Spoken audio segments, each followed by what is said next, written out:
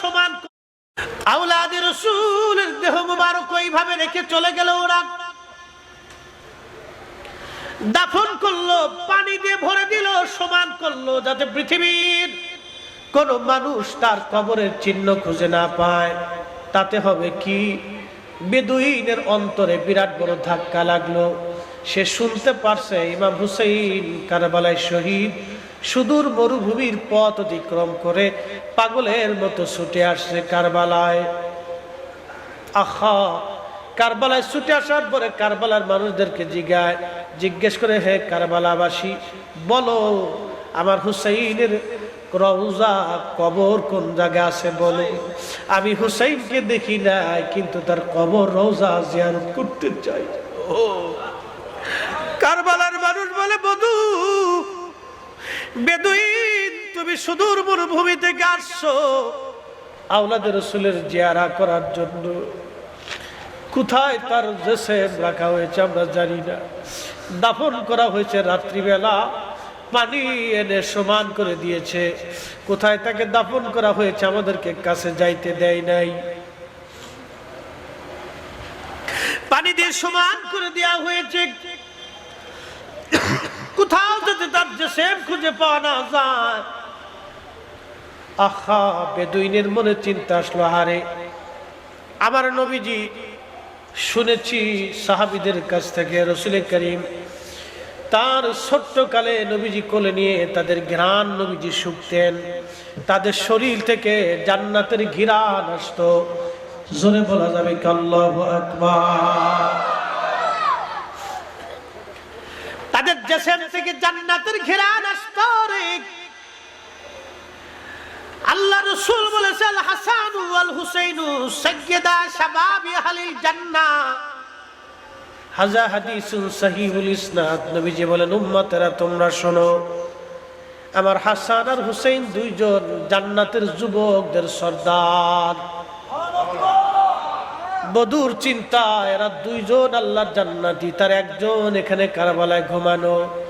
যেহেতু তারা জান্নাতি, অবশ্যই তার কবর থেকে জান্নাতের ঘিরান আসবে। তাকে যেখানে দাফন করা হয়েছে সেখান থেকে অবশ্যই বেহেশতের ঘিরান পাওয়া যাবে।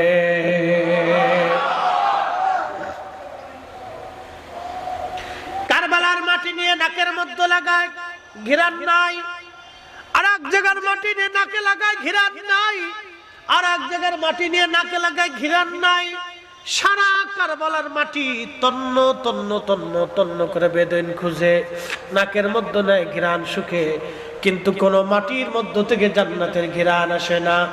আওলাদে রাসূল, জান্নাতের যুবকদের সর্দার, নবীর কলিজার টুকরো, ফাতেমার নয়নের মণি, হযরত আলীর চোখের জ্যোতি, ইমাম হুসাইন রাদিয়াল্লাহু তাআলা আনহু, যেখানে ওনাকে দাফন করা হয়েছিল ওই মাটিতে হাত মেরে বেদুইন যখন নাকের কাছে নিচে, একবারে মাটির ভিতর থেকে আল্লাহর জান্নাতের ঘিরান আসতেছে। আল্লাহ কোরআনে বললেন, ওয়ালা তাকুলু লিমান ইউকতালু ফি সাবিলিল্লাহি আমওয়াত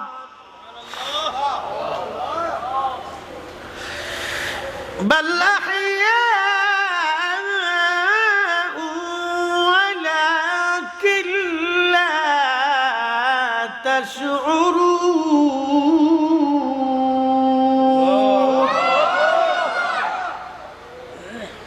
আল্লাহ বলেন, আমি আল্লাহর পথে যারা জীবন দেয় তোমরা তাদের মরা মনে করিও না, তারা জিন্দা জিন্দা, তোমরা সেটা অনুধাবন করো না, তোমরা বুঝো না তারা জিন্দা, তারা জিন্দা। তাহলে আপনারা বলেন, হুসাইন রওজা মুবারকে এখনো জিন্দা, তখনো জিন্দা, আগামীতেও জিন্দা। কথা বলেন ঠিক কিনা? আমি বলি না আল্লাহ বলেছে? আমরা বলি না আল্লাহ বলেছে? ওটাই চূড়ান্ত ঠিক।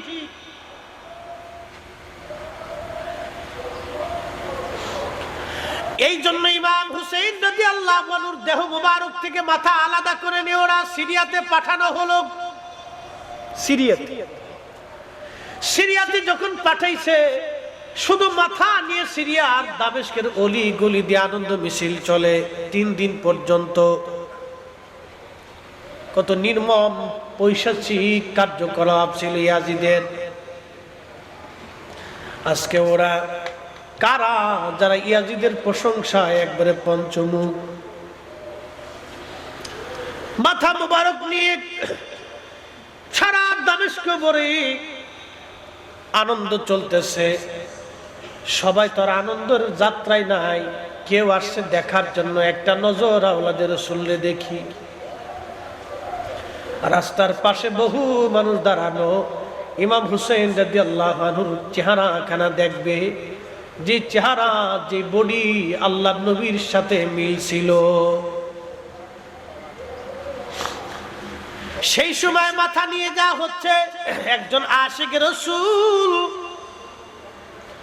মস্তক মুবারকের পাশে কোরআনের আয়াত পড়তেছিল সূরা কাহাফ থেকে, আম হাসিবতা আন্না আসহাবাল কাহফি ওয়ার রাকিমি কানু মিন আয়াতিনা আযাবা। এই আয়াত যখন তেলাওয়াত করছে, ঠিক আওলাদের রাসূল ইমাম হুসাইনের জবান খুলে গেল। আল্লাহু আকবার। মস্তক থেকে আওয়াজ আসে, আযাবু আসহাবাল কাহফি কাতলি ওয়া হামলি। কতই না আশ্চর্য, আসহাবে কাহফ থেকে আমাকে হত্যা করা, আমার মস্তকে এইভাবে বহন করে নিয়ে আনন্দ করা, কতই না আশ্চর্য। ইমামে মাকামের জবান থেকে আওয়াজ আসে, খণ্ডিত মাথা থেকে আওয়াজ আসে, লাব্বাইক ইয়া রাসূলুল্লাহ লাব্বাইক। চিৎকার মেরে জোরে বলা যাবে কি আল্লাহু আকবার? চিৎকার মেরে বলেন না ইয়া রাসূলুল্লাহ। আল্লাহ আল্লাহ, আল্লাহর কোরআন কত চমৎকার সত্য। ওয়ালা তাহসাবান্নাল্লাযীনা কুতিলু ফি সাবিলিল্লাহি আমওয়াত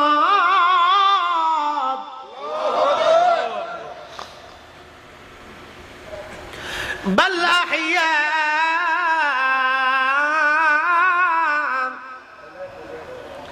বাল আহইয়া। আল্লাহ বলেন বরং তারা জিন্দা, তাদেরকে মরা মনে করিও না, মরা মনে করিও না, মরা না, তারা জিন্দা।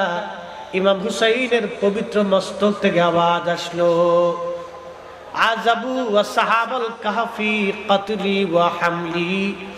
আমাকে হত্যা করা, আমার মস্তক এইভাবে অপমান অপদস্থ করা, বাজারে বাজারে গলিতে গলিতে বর্ষার আগে বিধাইয়া আনন্দ মিছিল করা, আসহাবে কাহফের চাইতে কোন অংশে কি আশ্চর্য কম? জবান থেকে আওয়াজ আসলে এইভাবে আশিক রাসূল ইমাম হুসাইন রাদিয়াল্লাহু আনহুর পবিত্র মস্তকে চুমা খাইলেন, তার কপালে চুমা লাগাইলেন, তার এই পবিত্র চেহারাতে চুমা লাগাইলেন। একবার জোরে বলা যাবে কি মারহাবা? আওলাদের রাসূল ইমাম হুসাইন রাদিয়াল্লাহু আনহুকে শহীদ করা হলো। কারবালার মাঠে ওনাকে শহীদ করে দেওয়া হলো। শাহাদাতের পরে ওনার দেহ থেকে মাথা খণ্ড আলাদা করা হলো। কি নির্মম পৈশাচিক বর্বরতা! পৃথিবীর ইতিহাসে এমন আছে বলে আমার জানা নাই। ইন্তেকালের পরে, শাহাদাতের পরে ওনার দেহ মোবারক থেকে মাথা মোবারক আলাদা করে কেটে পবিত্র মস্তক মোবারক বর্ষার আগে বিদায় আনন্দ মিছিল করতেছিল। সারা কারবালার মাঠে আনন্দ চলে।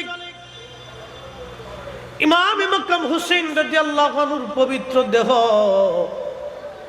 আমির হামজা রাদিয়াল্লাহু আনহুর বর্মটা গায়ে ছিল।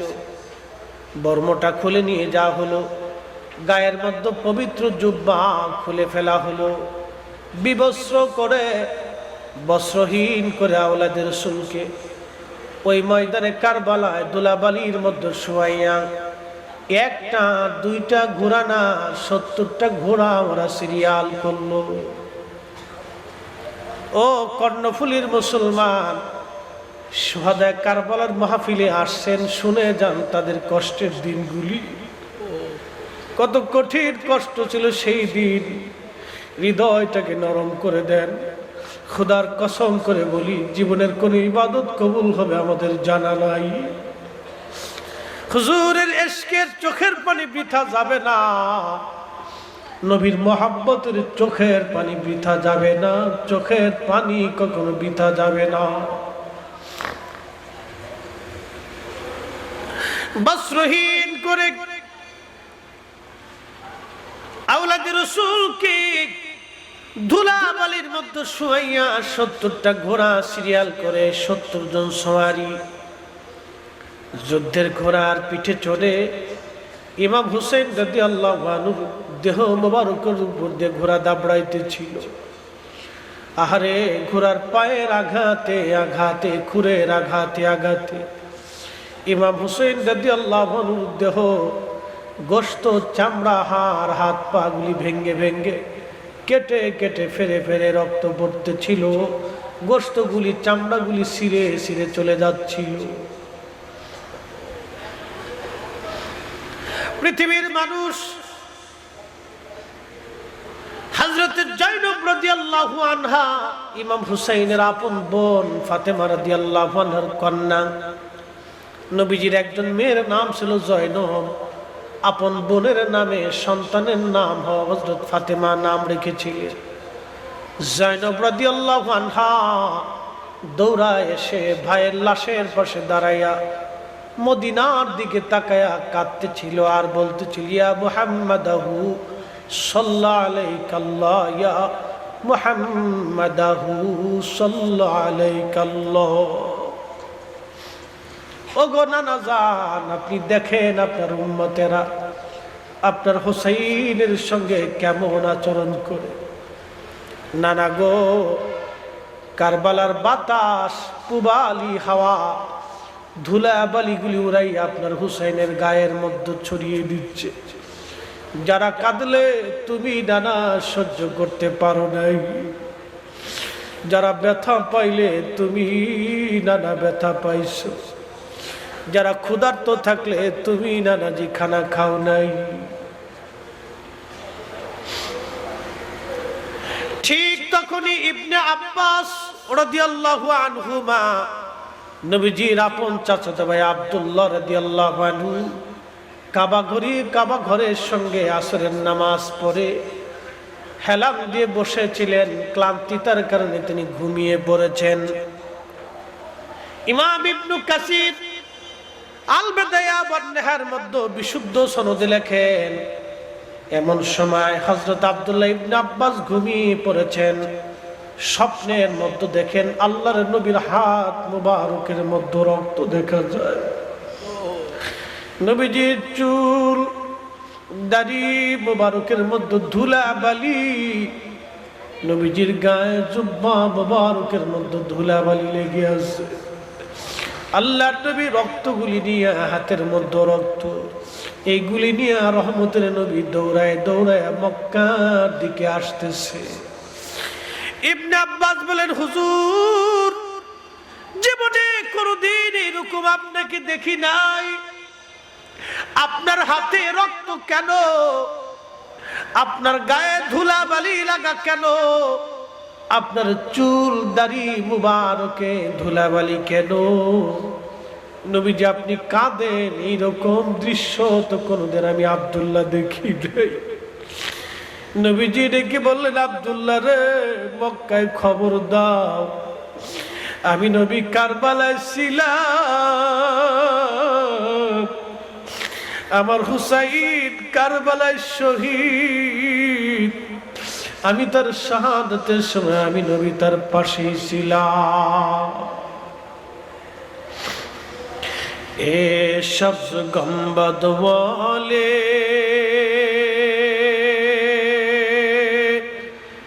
मंजूर दुआ करो ना,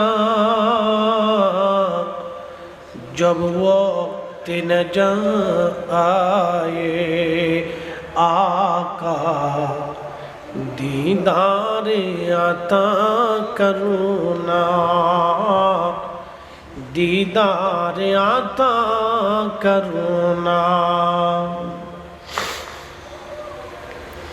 मैं कब्र अंधेरी में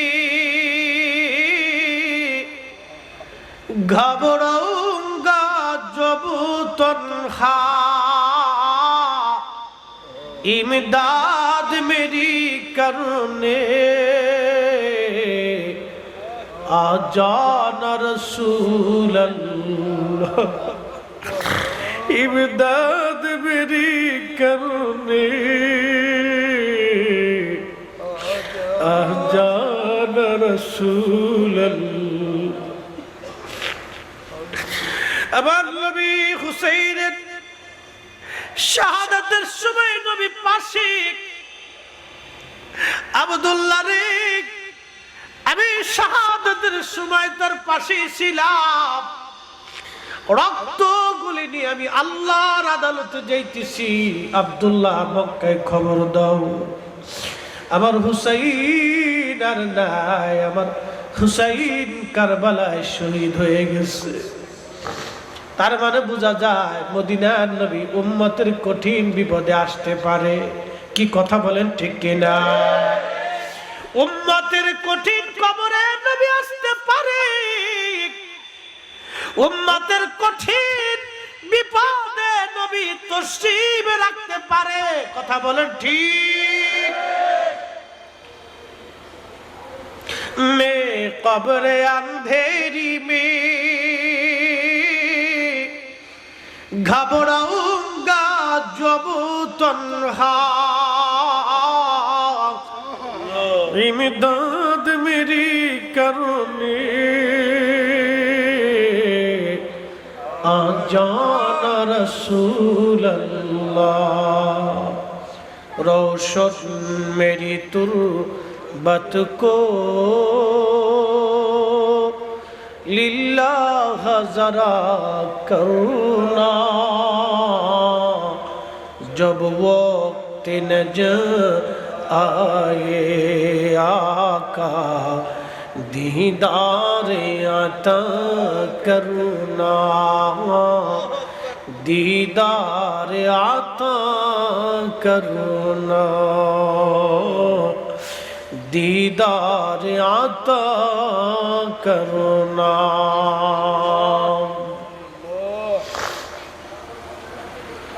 প্রিয় নবীর উম্মত কি বললে যে আপনারা খুশি হবেন বুঝবেন সে ভাষা জ্ঞান সে ইলম আমার নাই। আসমানের নিচে জমিনের উপরে সবচেয়ে নিকৃষ্ট মানব জাতির মধ্যে আমি বাবাজি কিছুই নাই। আমার হুব্বে রসুল নিয়ে যখন কথা বলি কলিজায় আর মানে না গো। আহা কি কঠিন সেই দিন ছিল আহলে বায়তের জন্য, কি কঠিন। সন্তানের সামনে বাবা আল্লাহ নির্মম ভাবে এইভাবে জুলুম করা হয়, পৃথিবীর কোন সন্তান সহ্য করতে পারে বলে? এই জন্য কিতাবের মধ্যে এসেছে, তারিখের মধ্যে এসেছে, ইমাম জয়নুল আবেদিন জীবনে কোনোদিন তিনি হাসেন নাই। কারবালার হত্যার পরে কোনোদিন তিনি হাসেন নাই, কোনোদিন হাসেন নাই, কোনোদিন তিনি হাসেন নাই। জিজ্ঞেস যদি করা হতো হুজুর পৃথিবীর কত মানুষ হাসে আপনি কেন হাসেন না, ইমাম জয়নুল আবেদিন উত্তর দিতেন দুনিয়ার মানুষ কারবালার দৃশ্য যদি তোমরা বাস্তবে দেখতা তোমাদের মুখেও কোনোদিন হাসি আসতো না। আমি এই জন্য হাসি না, এই জন্য আমার হাসি আসে না। আমি জয়নুল আবেদিন কারবালার যে দৃশ্যগুলো নিজ চোখে দেখেছি, আমি যে দৃশ্যগুলো নিজ চোখে দেখছি আমি হাসতে পারবো না, আমার হাসি কখনো আসে না। আমার মুখে কোনো হাসি নাই, মনে দুনিয়ার কোনো আনন্দ আমার নাই।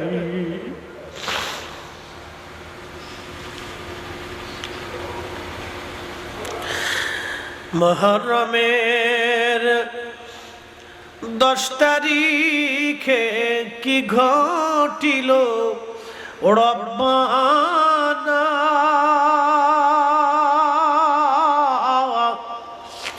কলিজা ফাটিয়া যায় রে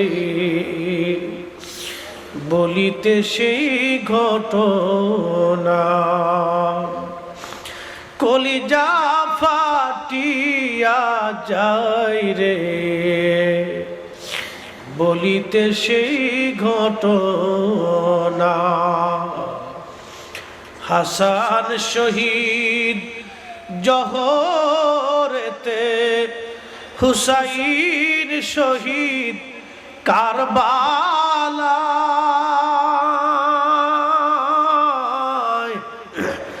জয়নাল আবদিন বন্দিরে রইল,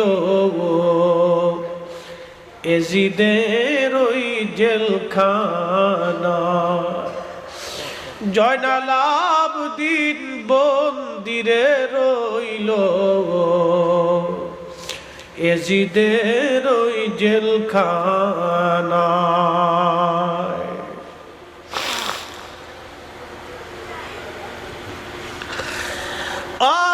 কর্ণফুলীর মুসলমান, এখানে কি শেষ না? এখানে শেষ না, এখানে শেষ না। ওরা বেঈমানের দল, ইয়াজিদের সৈন্য যারা মারা গিয়েছিল তাদের জানাজার নামাজ ওরা পড়ল, সুন্দর কাপড়ের ব্যবস্থা হলো, কবর খনন করে তাদের জন্য সুন্দর কবরের ব্যবস্থা করা হলো।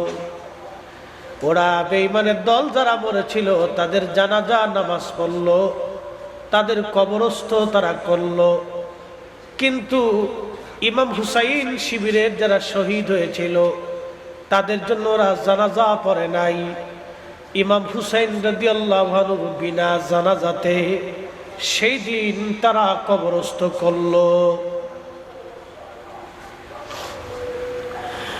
এবার আপনাদের কাছে প্রশ্ন করি, বুঝে দেখলে জবাব দিবেন। ও নবীর উম্মতেরা, ইয়াজিদের সৈন্য যারা সেই দিন এসেছিল আওলাদে রাসূলের বিরুদ্ধে তলোয়ার দ্বারা করাইয়া, তলোয়ার নিয়ে যুদ্ধ করে করে তারা মারা গেল, নবীর বিরুদ্ধে দাঁড়াইলো তারা।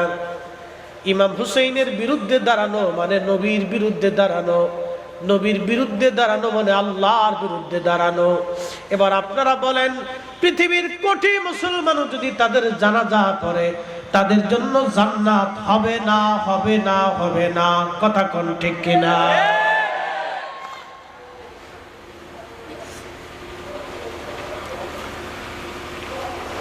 পক্ষান্তরে ৭২ জন নবীর আশিক যারা শহীদ হলো তাদের জানাজা তারা পড়ে নাই। বলেন, পৃথিবীর কোটি মানুষ যদি তাদের জানাজা না পড়ে, তারা সেই দিন জিহাদ করেছিল ইমাম হুসাইনের পক্ষে দাঁড়াইয়া, তার মানে নবীর পক্ষ। নবীর পক্ষ মানে আল্লাহর পক্ষ, আর আল্লাহর পক্ষই মানে জান্নাত। জানাজা হোক বা কবর হোক বা না হোক, তারা হলো আল্লাহর জান্নাতি, জান্নাতি, জান্নাতি। কথা বলেন ঠিক কিনা?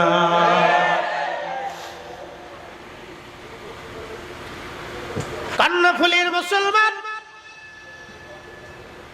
ইমাম হুসাইন রাদিয়াল্লাহু আনহুর দেহ রওজা শরীফের মধ্যে দাফন তারা করলো। আহা, দাফন করার পরে বিনা মস্তকে মাথা তারা বর্ষার আগায় বিধিয়ে রাখলো। শুধু খণ্ডিত দেহ, যে দেহটা আলাদা করে রাখা হয়েছিল, মাটির মধ্যে তারা দাফন করে দিল। দাফন করার পরে ফরাত নদী থেকে তারা পানি আনলো। ইমাম ইবনু কাসির আল বেদায়ের মধ্যে লেখেন, ফরাত নদী থেকে পানি এনে তারা পানিগুলি দিয়ে সারা কারবালার মাঠ পানি ঢেলে ঢেলে সমান করে দিল।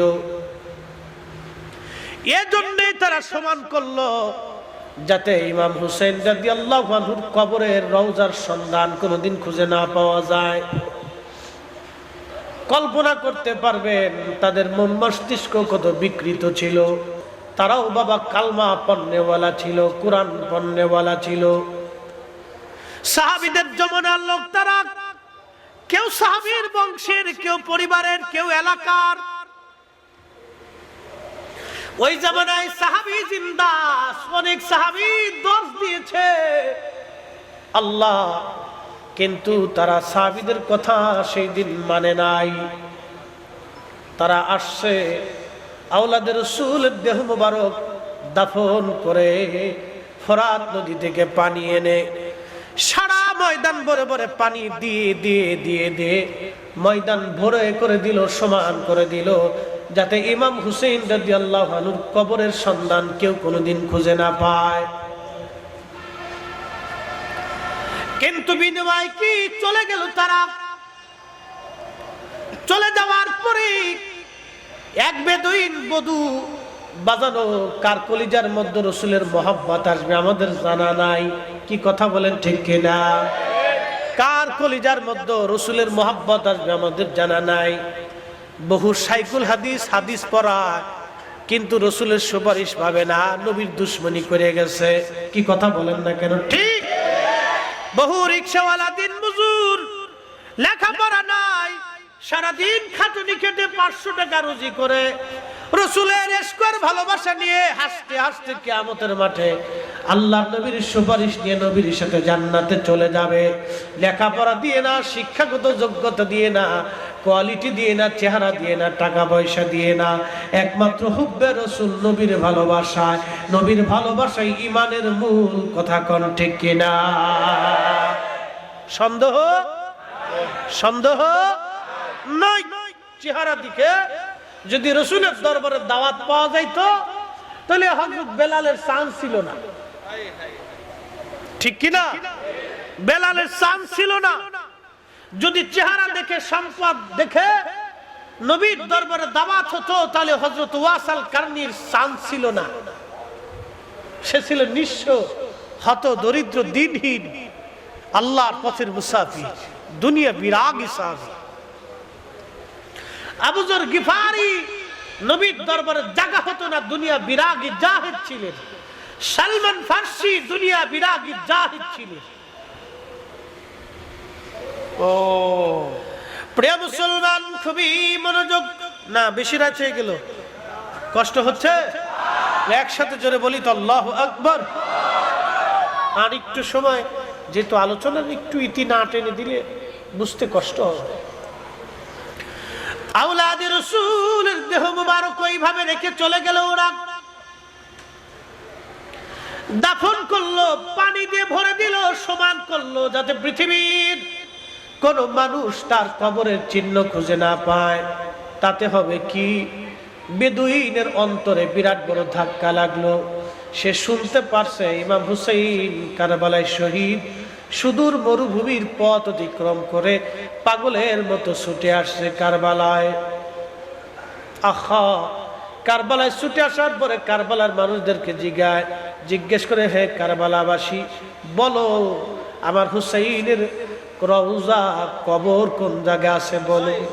আমি হুসাইনকে দেখি নাই, কিন্তু তার কবর, রওজা জিয়ারত করতে চাই। ও কারবালার মানুষ বলে, বধূ, বেদুইন, তুমি সুদূর মরুভূমি থেকে আসছো আওলাদে রাসূলের জিয়ারা করার জন্য। কোথায় তার জেসেম রাখা হয়েছে আমরা জানি না। দাফন করা হয়েছে রাত্রিবেলা, পানি এনে সমান করে দিয়েছে। কোথায় তাকে দাফন করা হয়েছে আমাদেরকে কাছে যাইতে দেয় নাই। পানি দিয়ে সমান করে দেওয়া হয়েছে, কোথাও যদি তার জেসেম খুঁজে পাওয়া না যায়। আহা, বেদুইনের মনে চিন্তা আসলো, আরে আমার নবীজি, শুনেছি সাহাবীদের কাছ থেকে রাসূল করিম তার ছোট্টকালে নবীজি কোলে নিয়ে তাদের ঘ্রাণ নবীজি শুকতেন, তাদের শরীর থেকে জান্নাতের ঘ্রাণ আসতো। জোরে বলা যাবে আল্লাহু আকবার। জিসিম থেকে জান্নাতের ঘেরান আসতো রে। আল্লাহ রাসূল বলেছে আল হাসান ওয়াল হুসাইন সাইয়্যিদা শাবাবি আহলিল জান্নাহ।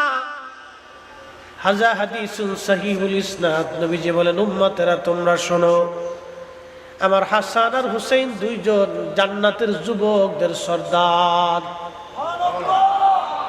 বদুর চিন্তা এরা দুইজন আল্লাহর জান্নাতি, তার একজন এখানে কারবালায় ঘুমানো। যেহেতু তারা জান্নাতি, অবশ্যই তার কবর থেকে জান্নাতের ঘিরান আসবে। তাকে যেখানে দাফন করা হয়েছে সেখান থেকে অবশ্যই বেহেশতের ঘিরান পাওয়া যাবে।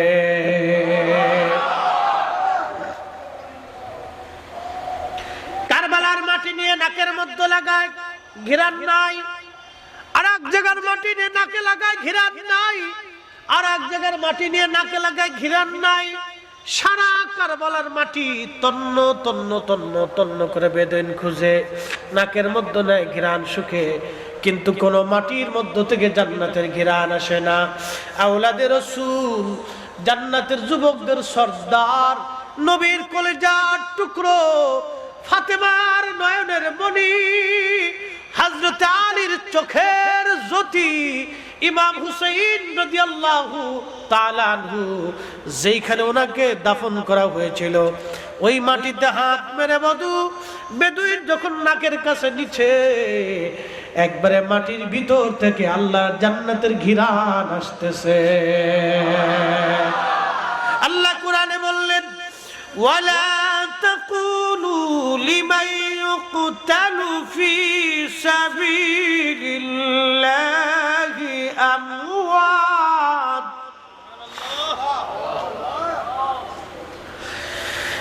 বাল আহইয়াউ ওয়ালাকিন লা তাশউরুন।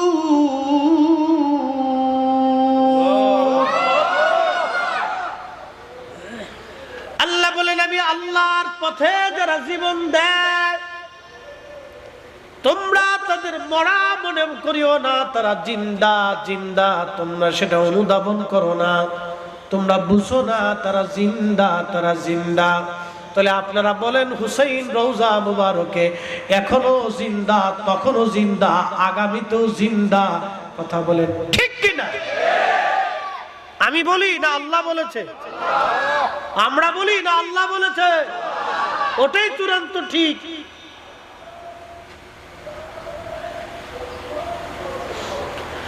এই জন্য ইমাম হুসাইন রাদিয়াল্লাহু আনহুর দেহ মুবারক থেকে মাথা আলাদা করে নিয়ে ওরা সিরিয়াতে পাঠানো হলো। সিরিয়াতে যখন পাঠাইছে, শুধু মাথা নিয়ে সিরিয়ার দামেস্কের অলি গলি দিয়ে আনন্দ মিছিল চলে 3 দিন পর্যন্ত। কত নির্মম পৈশাচিক কার্যকলাপ ছিল ইয়াজিদের। আজকে ওরা কারা যারা ইয়াজিদের প্রশংসায় একবারে পঞ্চমুখ, মাথা মুবারক নিয়ে সারা দামেস্ক ভরে আনন্দ চলতেছে। সবাই তো আর আনন্দের যাত্রায় নাই, কেউ আসছে দেখার জন্য, একটা নজর আওলাদে রাসূলকে দেখি। রাস্তার পাশে বহু মানুষ দাঁড়ানো, ইমাম হুসাইন রাদিয়াল্লাহু আনহুর চেহারাখানা দেখবে, যে চেহারা, যে বডি আল্লাহর নবীর সাথে মিল ছিল। সেই সময় মাথা নিয়ে যাওয়া হচ্ছে একজন আশিকে রাসূল, মস্তক মুবারকের পাশে কোরআনের আয়াত পড়তেছিল সূরা কাহাফ থেকে, আম হাসিবতা আন্না আসহাবাল কাহফি ওয়ার রাকিমি কানু মিন আয়াতিনা আযাবা। এই আয়াত যখন তেলাওয়াত করছে, ঠিক আওলাদে রাসূল ইমাম হুসাইনের জবান খুলে গেল। আল্লাহু আকবার। মস্তক থেকে আওয়াজ আসে, আযাবু আসহাবাল কাহফি কাতলি ওয়া হামলি। কতই না আশ্চর্য, আসহাবে কাহফ থেকে আমাকে হত্যা করা, আমার মস্তকে এইভাবে বহন করে নিয়ে আনন্দ করা কতই না আশ্চর্য। ইমামে মাকামের জবান থেকে আওয়াজ আসে, খণ্ডিত মাথা থেকে আওয়াজ আসে, লব্বাইক ইয়া রাসূলুল্লাহ লব্বাইক। চিৎকার মেরে জোরে বলা যাবে আল্লাহু আকবার। চিৎকার মেরে বলেন না ইয়া রাসূলুল্লাহ। আল্লাহ আল্লাহ, আল্লাহর কোরআন কত চমৎকার সত্য। ওয়ালা তাহসাবান্নাল্লাযীনা কুতিলু ফি সাবিলিল্লাহি আমওয়াত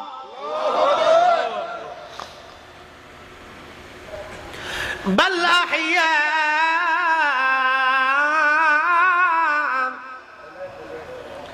বাল আহইয়া।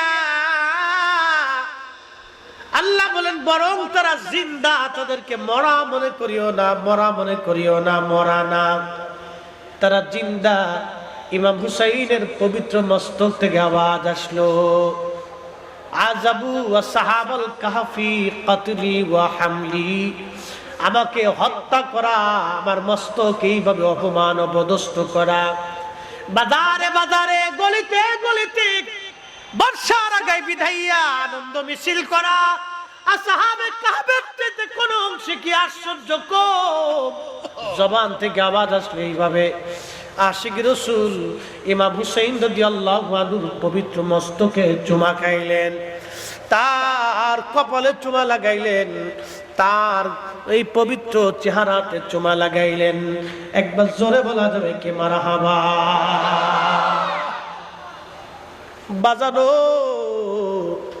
এটা ছিল কারবালার এক নির্মম ইতিহাস। আজ ইয়াজিদ এই কাজ করেছিল।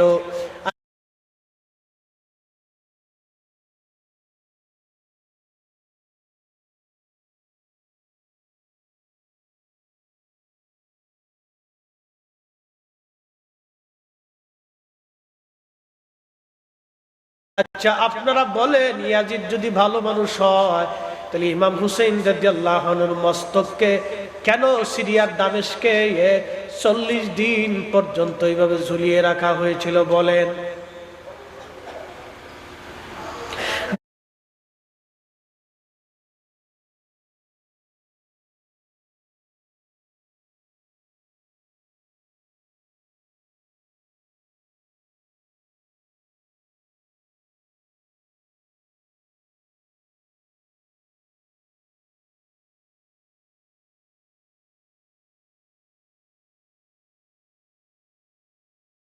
যেখানে আমরা একজন আলেম দেখলে পাস হই, এখন আমাদের উস্তাদ যাদের কাছে হাদিস শিখেছি, এখনো সেই প্রাইমারির উস্তাদ যাদের কাছ থেকে নাহু সরফ শিখেছিলাম, সেই ছোট্টগুলো কোরআন শিখেছিলাম, হুজুরকে এখনো যদি পাই গাড়ি থেকে নেমে পায়ে সালাম দেই।